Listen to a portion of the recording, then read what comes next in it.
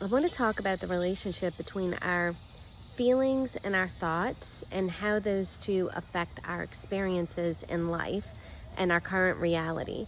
So, our thoughts are electric and our feelings are magnetic. And technology now can detect that we have an electromagnetic field around us, at least expanding 6 feet. And so what happens is that our thoughts and our feelings have this kind of relationship. Like, our thoughts create our feelings and our feelings create our thoughts.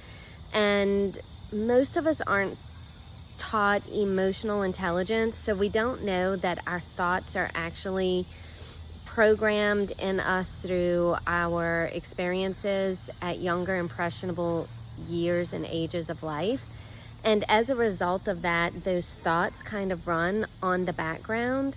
Kind of like once you learn how to drive a car, you don't have to think about when to press the brake or when to press the gas pedal. It's just kind of like a subconscious, involuntary thing.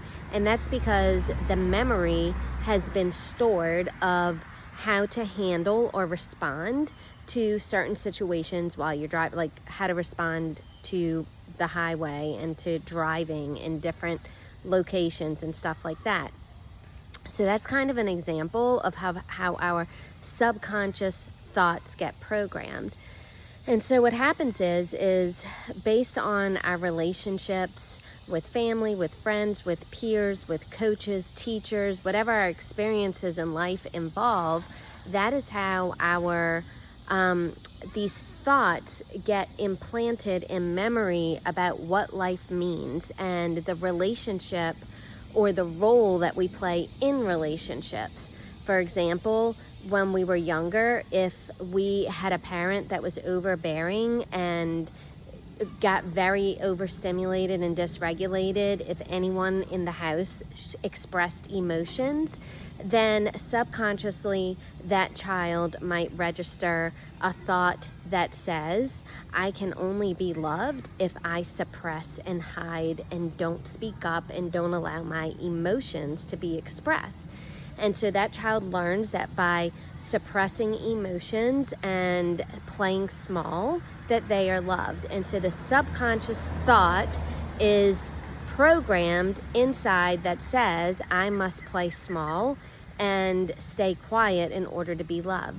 So what happens is that thought then produces these situations and circumstances in life. Like, in other words, because that's a memory that's lodged, and those thought processes are like software that get embedded and enloaded. What happens is we there are feelings attached to those thoughts. So the feelings attached to those thoughts are, I am loved when I operate in this capacity. And so what happens is then when we grow older, you see, as children, we make these subconscious agreements because that's what we need to do in order to survive. And we don't necessarily consciously make conclusions that, wow, that person, my parent, can't handle their own emotions and it really has nothing to do with me. I actually am an individual sovereign person, and it would be very healthy and good for me to learn how to use my voice and to express myself, especially when I need tears to come out of my eyes, because that's actually a waste product. And just like our skin sweats and our colon releases toxic waste in the form of a bowel movement, should be every day, the tears are just evidence of a waste product as well. And there's nothing really wrong with tears. But you see, as children, we cannot make those kind of conclusions. We just make the conclusions based on survival. And so, moving along to my point, as we become individuals, adults, sovereign adults, so we think that we're sovereign, what happens is because these thought processes are embedded and they're linked with feelings, this creates our safety and our reality. In our magnetic field, we are putting out like a Wi-Fi signal that this is who we are, and these are the kind of experiences and relationships that we need in order to feel safe.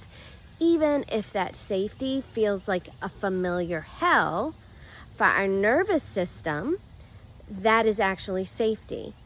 So as we send out this Wi-Fi signal, we're going to attract relationships, spouses, bosses at work, of people who play into this narrative of who we are.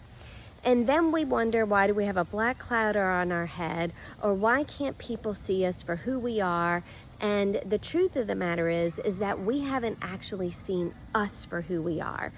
So my point is this, is that if you're in painful relationships, if you're attracting narcissists, if you have family members or bosses or friends that come into your life that you feel like you're noticing these repetitive patterns, like whatever it might be, like that you have to play small in order to be seen, or you're not tolerated.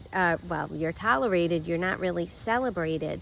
That someone always needs you and they want to use you, and you get left run dry, and nobody's ever there for you, but you're there for everybody else. So whatever it is that is the current pattern, if it's a repetitive pattern, then my question to you is, and where the work is that's available for us on this human experience, is to see these situations and circumstances as messengers and actually painful gifts. Because what it's doing is it's showing us what the subconscious program is inside of us. Our triggers are actually for us. Triggers are healthy gifts. But the thing is that just like everything else, we've been taught to change what's outside of us so that we can be okay inside. We've been taught through religious dogma to be good and to look shiny and polished on the outside, not really worried about what's happening truthfully on the inside. And so I'm just going to leave it at that. If you're in a relationship where you don't feel seen, where you don't feel validated, where you're not getting what you want out of these relationships, then I would suggest two things. Number one, identify what it is that you do want out of relationships. And number two, then ask yourself, am I giving myself what I want to receive out of my external relationships? And I can guarantee you that the answer to that question is no. You have not seen yourself. You have not validated yourself. You have not established a relationship with yourself because we have outsourced it.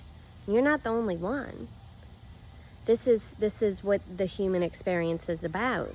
And so if you want to become a conscious being, if you want to shift from victimhood to empowerment, okay, number one, we have to stop blaming the devil.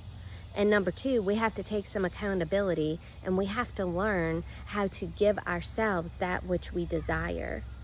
And we also have to become observer of our thoughts so that we can choose and decide what thoughts that we want to think.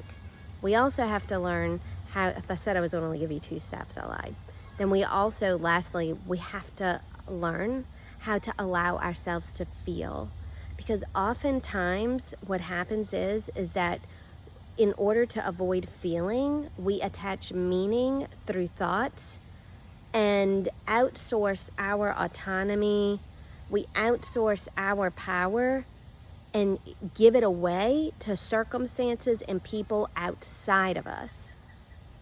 And so if you truly seek peace, if you believe what Jesus said, that there's peace beyond surpassing understanding available, if you really believe that, and what you've been doing hasn't been working for you, then I invite you to look into this more, to learn more, ask questions, get curious, because I'm not sharing some intangible, mysterious thing. This is the path that I've walked down. This is the path that I've walked through, and I have a lot more to share, but I'm going to end it here. I hope that this, if anything, made you stop and go, I wonder what she's talking about. Or maybe it made sense for you. I don't know. Go ahead. I'd love to hear your comments.